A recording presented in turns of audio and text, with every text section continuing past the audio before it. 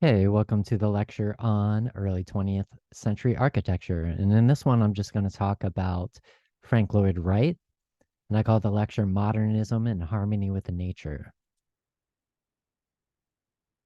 So Frank Lloyd Wright, he had some pretty important beliefs that were going along with people in the arts and crafts movement. The idea that art and architecture could improve society. So in the arts and crafts movement, which started in the 19th century. So before the period that we're going to talk about here, they put priority to function, and they thought it was pretty important to have organic space. So the arts and crafts movement, in some ways, was a response to industrial capitalism, where most people would buy things that were mass produced and they wouldn't know the people that had made the materials that they were buying, and there was a disconnection with the workers and the types of things that they were making because the boss would make all the money and decide on what to make and what not to make. So in some way, they were trying to respond to that and thinking about how the ways in earlier societies that people knew who made their houses, who made their shoes, who made their machines, and they wanted to have that more very human connection, both to the people who make the products and to the product itself. So here's a picture of Wright looking pretty professorly. You can see he lived quite a long time, but unfortunately not long enough for his most famous building, or one of his most famous buildings. So he studied architecture at the University of Wisconsin, and his early works were houses. So a lot of times architects, they have to start out by making houses for pretty wealthy people. And then afterwards, you can make more public things. He established an individual practice in 1893. So that's relatively young to get an individual practice. So he was really influenced by Eugène Emmanuel Viollet-le-Duc. And Leduc had this idea that you should have ideal forms for a particular material. So, in other words, when you're making something, you don't think, this is my result, and then I'm going to pick a material that gets that result. Instead, you think, well, this is the material I'm using, so I have to work with the strengths and limitations of this particular material. And this was a very Japanese idea. So I talk about it in another class that I teach about Asian arts. And it was influenced also by John Ruskin, who believed that art could elevate people, and that includes architecture. So some of his early houses, and there's actually quite a few around here in Detroit area. This one's the Ward Willett's house, and this is in Illinois. So a lot of them are in Chicago, Detroit, because that's where he was working nearby. And what he uses in these houses is what's called an open floor plan, which is pretty common, especially post-war in the United States nowadays. But at the time, nobody was doing this sort of thing. And I'll kind of show you when I show the above view what an open floor plan means. But another idea that he got from Japanese architecture was to connect the outside with the interior, both in the colors. So he's using earth tones that match this particular suburban environment. And then he has a veranda that's around the top floor that I'm pointing to that allows people, even on the top floor, to be able to get closer to nature. And the way the houses would be organized, again, kind of continuing on this Japanese idea, would be that when you enter the house, it's not just a door and you're in the house. Instead, there would be a transition between the outside space to the inside space. And then once you're inside, you would transition to more and more kind of private spaces as you get towards the middle. And then you would have, when you go back outside, you would have a transition to the outside. So you can kind of see how that's working where the cars are parked and it's covered, but it's still outside. But I'll show you some details that will allow us to see that a little bit better. So an open floor plan means that you don't have these discrete rooms where you say, I'm in this room, now I'm in this room, now I'm in this room. Instead, they tend to flow together. Again, a very Japanese influence. He also made this particular house and some of his other houses cruciform, which is kind of like if you study Gothic architecture from the 12th and 13th century in France. That's what they used. A lot of churches used the cruciform for obvious reasons to symbolize Christ. But he liked it because then you could organize the house based on what he thought was important. Remember, the arts and crafts movement wanted the arts and things that were made to be more human, to relate to humans better. So he thought, how do humans live? What's the most important? And the most important is food. So he has the hearth, where you would have a fire. You don't necessarily have to have a fireplace. It can just be where you cook food and, maybe where the furnace is so you can stay warm.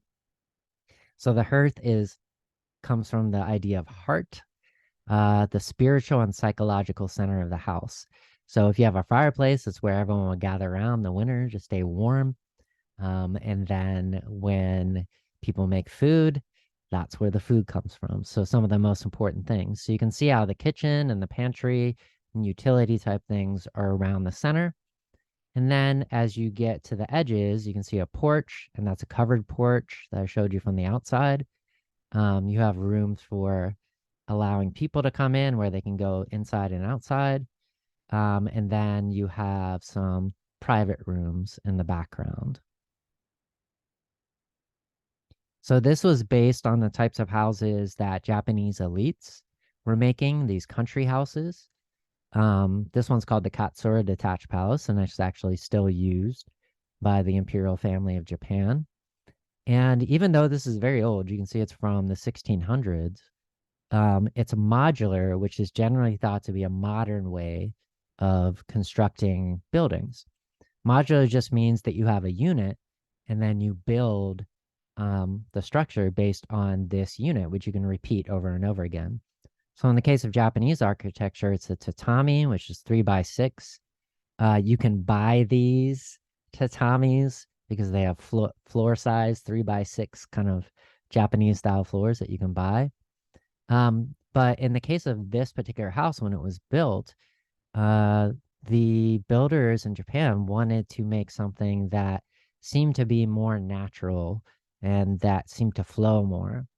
So instead of having a rectangular house where there's a clear entrance and a clear exit, instead there's kind of a flow from the outside to the inside, and the asymmetry kind of matches the environment that it's in. So you can see the same thing on the inside of the Japanese houses. You can make rooms more private by sliding these doors, or you can keep them open. And the entrances aren't right across from each other. That way you don't get the idea that the room doesn't have any space to itself. Instead, you kind of think of flowing through the space. And that's what Frank Lloyd was really influenced by. He had seen Japanese architecture in the late 1890s at the Chicago exhibition. So same thing as with Frank Lloyd Wright's house, you have a transition to the outside. So you have these rice paper walls, which are very thin. And then as you transition to the outside, you get more and more kind of foresty. And the parts that you would walk into in the outside, they're landscape, but they're landscape to look natural. Same thing here. And again, this looks kind of modernist, but part of the reason why is because of what we're talking about. Japanese architecture really influenced modernist architecture. So we continue with some of these ideas and adding some new ideas using some materials and techniques that were relatively new. One of them was the cantilever. So that's an architectural form that projects horizontally from its support, employed especially after the development of reinforced concrete construction. So reinforced concrete means that you have concrete, which the ancient Romans had used, but reinforcing it means you put something like a steel bar on the inside, and that makes it stronger, less likely to crack. It can bend a little bit and stay in shape. So with the cantilever, it's only supported here. So if you look at this roof right here, there's no support at the edge. It's supported by um, these pillars that are right at the outside of the house. So the reinforced concrete allows that to happen. At the time that he was making these, they didn't really know how much strength they needed, so a lot of these houses had to be redone with stronger steel, but the idea was sound, and they're still made in the same way. So with this one, we can see again that there's this transition from the outside to the inside. It matches the environment. In this case, the environment is near a college, so kind of matching the um, types of architecture that's already there at the college. So you can see here how the interior space flows in the exterior. So when you approach the house, you don't go right in through the front door. Instead, you go through a slightly or partially enclosed space, and then you can make your way to the inside. And you can see how the partially enclosed space looks. I really like this because if you think about it, you have a sunny day and it's dark inside your house, and then you go outside and you're just blasted by light. With this one, you have a pretty good transition to the inside of the house. We can also see some of the windows. So Frank Lloyd Wright, when he designed houses, he would also design all the furniture, the windows, and the other kind of extras that are part of the house. So in this particular house, the Robbie house, he designed all of this furniture. So you can probably see, I mean, not the most practical thing, but it is made out of very natural materials. So his idea was for the middle class nuclear family. So his idea was life will start to get better for a lot of people. And in some ways it did, in some ways it didn't. So people will be able to move out to the country and live the life that used to be reserved for just very wealthy people. So his idea is that you have these suburban environments with horizontal expansion, but you have mechanized construction so that it is inexpensive enough for people of modest means to be able to get. But not going to skimp on the materials. They're going to use natural materials. In the case of this particular house, he used a lot of wood, which was later infested by termites. So not the best. Nowadays, we have ways to stop that from happening. But at the time, they didn't really have good ways to do it. So all of this stuff was kind of thrown away. But using these pictures, it was restored in the past few years. So you can see the restoration here. And I'll put a link to this video that shows how these particular furniture was restored. So just to add one more thing. So you might think about, everyone's moving out to the suburbs or spreading out horizontally. In the modern way of thinking, that's not very environmentally sound because you're expanding into areas that should be natural areas or farming areas. And it also tends to be related to structural racism, like we see in Detroit and most other American cities, of white flight and then leaving the city core with all of the wealth having been taken out of it. And the city core usually consists of more black and brown people. So he didn't really foresee this at the time. There was very few people in the suburbs. And he also kind of assumed that there would be a limit to how far you could go in the suburbs. So he designed the windows as well, and he made abstracted natural forms. And I'm just going to leave this question here about what do you see? Because I think people see a bunch of different things in here. And I think that's part of the reason that Wright used abstraction for these windows. So take some time to yourself and try to think, well, what am I seeing here? What are these abstracted forms? And remember, abstracted means something where it represents something in reality, but using lines that aren't realistic. So this could be real things, it could be just cool design. So try to kind of answer that question yourself. And this is what I would do if we were having a in-person class. We're not, but these are questions you might want to think about. So he eventually was able to design some commercial buildings. This particular one, the Larkin building, even though it looks a little imposing, it was pretty far ahead of its time as far as making the building itself a little bit more human.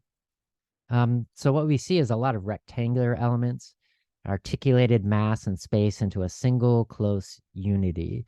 So the idea is you have sections, but you try to make it look like they all go together into one form. So like his houses, he used an open plan and he designed it in such a way that you could get a lot of natural light. So if you're working during the day, you wouldn't need to have a lot of electric lights. And he also had something that might sound kind of creepy, but again, his idea wasn't he wasn't really thinking like the bosses, although the bosses probably thought this was good. He's more thinking that workers should be valued. So there would be all of these kind of like signs extolling the moral value of labor, mottos extolling the virtues of hard work. So nowadays, when we think of that coming from a boss, it's kind of propaganda. But at the time, the idea was to support the workers. So the inside has a kind of open office plan, and Wright at the time thought that this was better than the previous ways of doing it, where you had small little spaces where people were isolated from each other. This way, people could see each other. It's also, you kind of have everyone in the middle so that you can have all of this natural light coming in from the sides and from the top. So it was a mail order company and it was tailored to the specific needs of the firm. So he basically designed the building based on what they needed in each section of the building. So usually the buildings are constructed for speculation, even at the time, and pretty much universally now. So what that means is they construct a building as an investment property, meaning that you can't make it too specific because that'll make it more difficult to sell later on. So pretty much all buildings are designed in this way nowadays, where it can be used in a bunch of different ways. So the disadvantage of that is that if you have a business with specific needs, you can't really get the specific needs in the building. Another disadvantage is this type of speculation on property has made it very difficult has made properties more expensive and made it difficult for regular people to be able to get housing, especially in big cities. So this is unusual in that it wasn't that. It was made for the specific needs of the firm.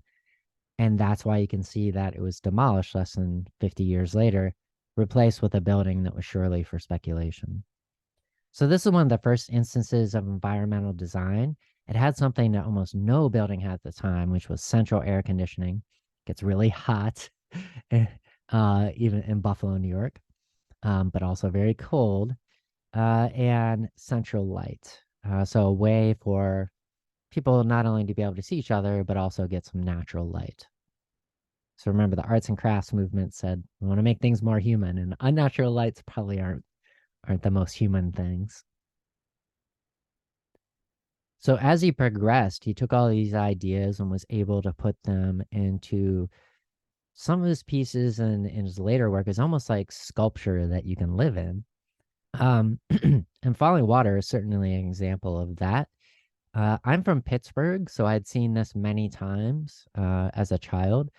Bear Run is just outside of Pittsburgh, and it's the Kaufmann house, meaning it was built for the Kaufmann family. And the Kaufmans, if you're not from Pittsburgh, you probably aren't familiar, but they ran a fancy department store. So think like Macy's, where it's a little bit like more high end than the other department stores. As you might imagine, they got very wealthy from this. And when they did their vacation house, they wanted to hire the most famous American architect, and they did, Frank Lloyd Wright. And he said, I have an idea. So you have all this property, and it's out by the creek. If you live in Western Pennsylvania, you would say crick. And he said, I know what we should do. We should have the water flowing through the house. And the Kaufmans were like, that is not what we want, because that sounds really like a bad idea to have a creek running through your house. Like, no, we don't want that. And Frank Lloyd Wright was like, no, I think you do. I think it'd be a good idea. And the Kaufman's like, no, it sounds like a bad idea. And then Frank Lloyd Wright just did it anyway. And they said, well, okay. I guess that's what we're doing. And he was able to convince them that it would be safe. And it is safe. Um, so his idea with this house, and again, building on ideas he got from Japanese architecture, is to make the building look like it was a natural feature of the environment. So almost like it grew there and it belongs there. It's not something that's invading into this natural space. So he used, especially on the exterior and in the parts of the house where the river runs through, he used the same stones that were available in this area, this really kind of beautiful slate that's smoothed by the creek. And he used that throughout the building. So it does look like it belongs there because it literally has some of the same stones. So when you look at the interior, again, he's kind of building off the ideas he had before that he got from the idea of Japanese architecture. I'll put a link to this video where it shows how this cool kind of camera move and CGI where you move through the house and you really get the idea of flowing from the outside to the inside, from the natural spaces outside to the more private spaces inside. And again, he wants to ease that transition. So he designed all the furniture which was meant to be built into the house. The Kaufmans found it very uncomfortable, so they replaced it. This chair was a replacement, but still very cool looking. So his idea was to have a welcoming cave in the middle of the woods. And even though the Kaufmans were resistant of it, even after it was built, they thought this is kind of absurd. It did become something that they grew to appreciate. And nowadays, it's a museum that you can go and visit, and the Kaufmans don't live there anymore. So, getting back to more of his later work, but in a commercial sense, this is the administration building for SC Johnson. So, I'm showing the inside, which is pretty cool. Outside is also really cool. So, the inside, he used this new technology of Pyrex glass at the top to get that same effect that he got previously in Larkin building, and allow a bunch of natural light to come in. And just like the Larkin building, having a big open space in the middle where the people that are working, they're surrounded by plants, they can see each other. It's not as isolating. And the capitals that he used, that means the top of these columns, are lily pad capitals. And they were, again, kind of new technology at the time combined with the glass. But he was inspired by something that was very old, the Palace of Minos in Crete, which was found in the 19th century in architectural digs. And these particular columns that they had in Crete, and this building was made about 3,500 years ago, has unusual columns in that they taper down to the bottom to get smaller and smaller. So that's what he did with these lily pad columns. The problem was when he was first creating this, having a ceiling made out of Pyrex and these new kind of materials for the columns, the lily pad columns, they hadn't been used before. And in most cities, in all cities, they have regulations on the type of materials you can use, and for good reason. It's so that people don't build things that are going to collapse and be unsafe. But because it was new, the use of materials, it took a lot of time to convince the regulators that this could be built. And once convinced, it's still there today. The glass did become a problem later on, but they were able to fix it. So the columns support several times the regulated weight, but again, because it was new, the regulators needed to get some more information from it. He designed all the chairs and desks. You can see how he's using round desks, again, to have kind of a more organic feel. The light from the skylights is tubes of Pyrex.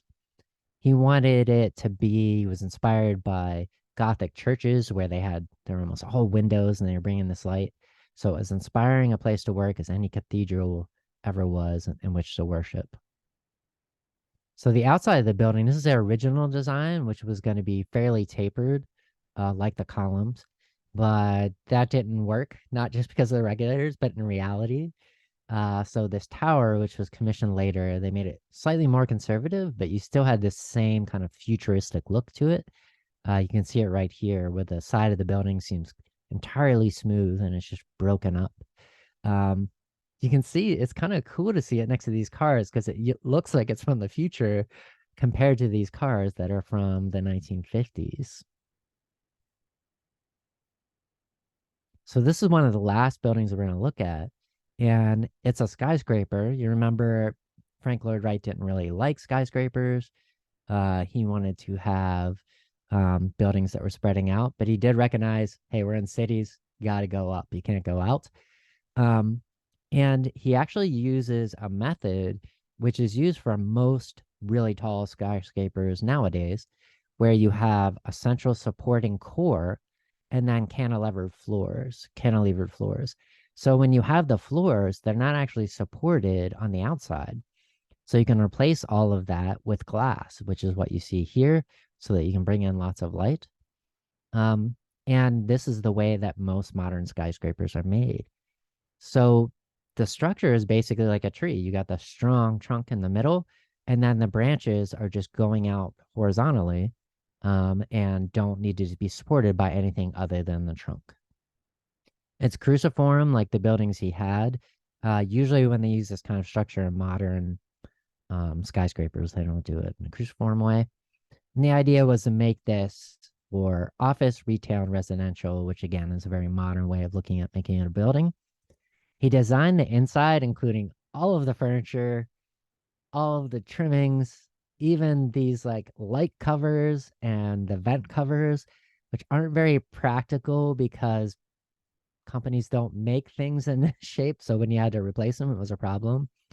So most of it throughout the building had been replaced, even though it's very cool looking. However, one of the rooms was restored to the original specs. So his idea is that, when I'm making something in a country, I'm using the materials of the country. This is in a city, so he's using more industrial type of materials. So copper, aluminum, still has some wood, Philippine mahogany, which is the more sustainable type of mahogany even today, glass, and like the building itself. So this spray room was restored in 2006. If you go throughout the rest of the building, you don't see it, but this way you can get an idea of what it looked like originally and what he intended. So his last building is in some ways his most famous, and as Arneson says, a climax of Wright's investigation in the sculptural possibilities of architecture. So this is a building, yeah, and it works okay as that, but it's more just a giant sculpture. So it's for the Guggenheim Museum, so it makes sense for a museum that they would want to have a giant sculptural building. Also, the Guggenheim is the wealthiest museums. There's a bunch of them, some in New York, Los Angeles, and Europe, and in the Middle East. So they have lots of money to put into whatever Frank Lloyd Wright wants to do. But it is in New York City, so there are going to be some limitations. But this is what he originally wanted it to look like. And this is how it ended up looking. So pretty cool, actually. I actually like this version where it's a little bit more squat, the way it turned out in real life than what he originally intended. So this is the only Frank Lloyd Wright building in Manhattan, which isn't unusual. Almost all buildings in Manhattan, they have to be built for speculation, and you can't really get too experimental usually. And the construction was delayed by building permits. So this building had not necessarily super new technology, but a lot of unusual shapes and overhangs that made it difficult for the regulators to figure out if it was safe or not. So the construction was delayed for a long time by building permits. And unfortunately, Wright died before the building was able to be constructed. But, if he would have lived, I think he would have found it's pretty cool. So as a two-part structure, you have this part that has all the offices, and then the big round part, which is where the galleries are. So when you look at the interior, you can kind of see how this might be a slight problem. So you have round walls, but paintings are usually flat. They're not round. So this would have been cool for Monet, like we talked about earlier in the class. But it's not the most practical thing. However, He did have the idea to try to create the spaces in such a way that it would be easy for the curators to set up the art so that they could make connections between the art or artistic styles or artists in ways that they couldn't otherwise. So it's a little bit more open than what you normally, a lot more open than what you normally see from a museum. And that allows the curators and the people that work at the museum to do all kinds of temporary walls and things that could make it um, more kind of flexible and interesting. So not most practical to have the round walls, but the open space and the kind of flowing space is really cool. You can really get a workout when you're going up because this is a ramp, and it's not that hard. But if you try to do it all at once, it can be kind of difficult. You can see this is near the time of its opening. You can tell everyone's wearing hats and dressed up really fancy to go to the museum. So what they did a little bit later on is they realized, like, pretty much pretty early on, that this space where the office is supposed to be wasn't enough. So if you know anything about museums, every museum has much more stuff in the back and many more people in the back than they do in the front. And that's because there's a lot of work that needs to be done there. There's a lot of artworks that you can't put out. There's restoration activities, there's community activities. So it was quickly realized this wasn't enough. So they need to make something else. And they made just this very simple, almost like a canvas, a background for this sculpture for the offices. And it was somewhat controversial in the beginning. And I think that is kind of silly. I'll give my personal opinion here. It was controversial because they said, well, it doesn't really match what's being done here with all these round shapes. And I think that was kind of the point. They needed a big space and they weren't trying to match. What they were trying to do was provide a background where this sculptural work would kind of sit in front of and would allow you to see it um, in the best way. So if you look at the way it used to look, it's just a bunch of like random buildings around it. Uh, when you see it the way it is now, when you catch it from the street level, it's almost like it has its own little space made by this building. So I like the renovation. I think you shouldn't mess with what's already good, and that's what they did. They just tried to provide a nice background. So there's all kinds of cool pictures you can find because the not only is it house art, but it's a piece of art in itself, like a giant piece of sculpture. You can stand pretty much anywhere and just follow some pretty cool curves, see some really cool light. The skylight dome, like it used in the public buildings, allows a lot of natural light in. So very cool effects. You can just kind of go anywhere and point your camera at it, and you get this building that still looks futuristic today. Okay, so that's the end of the lecture. Uh, thank you very much, and see you in the next.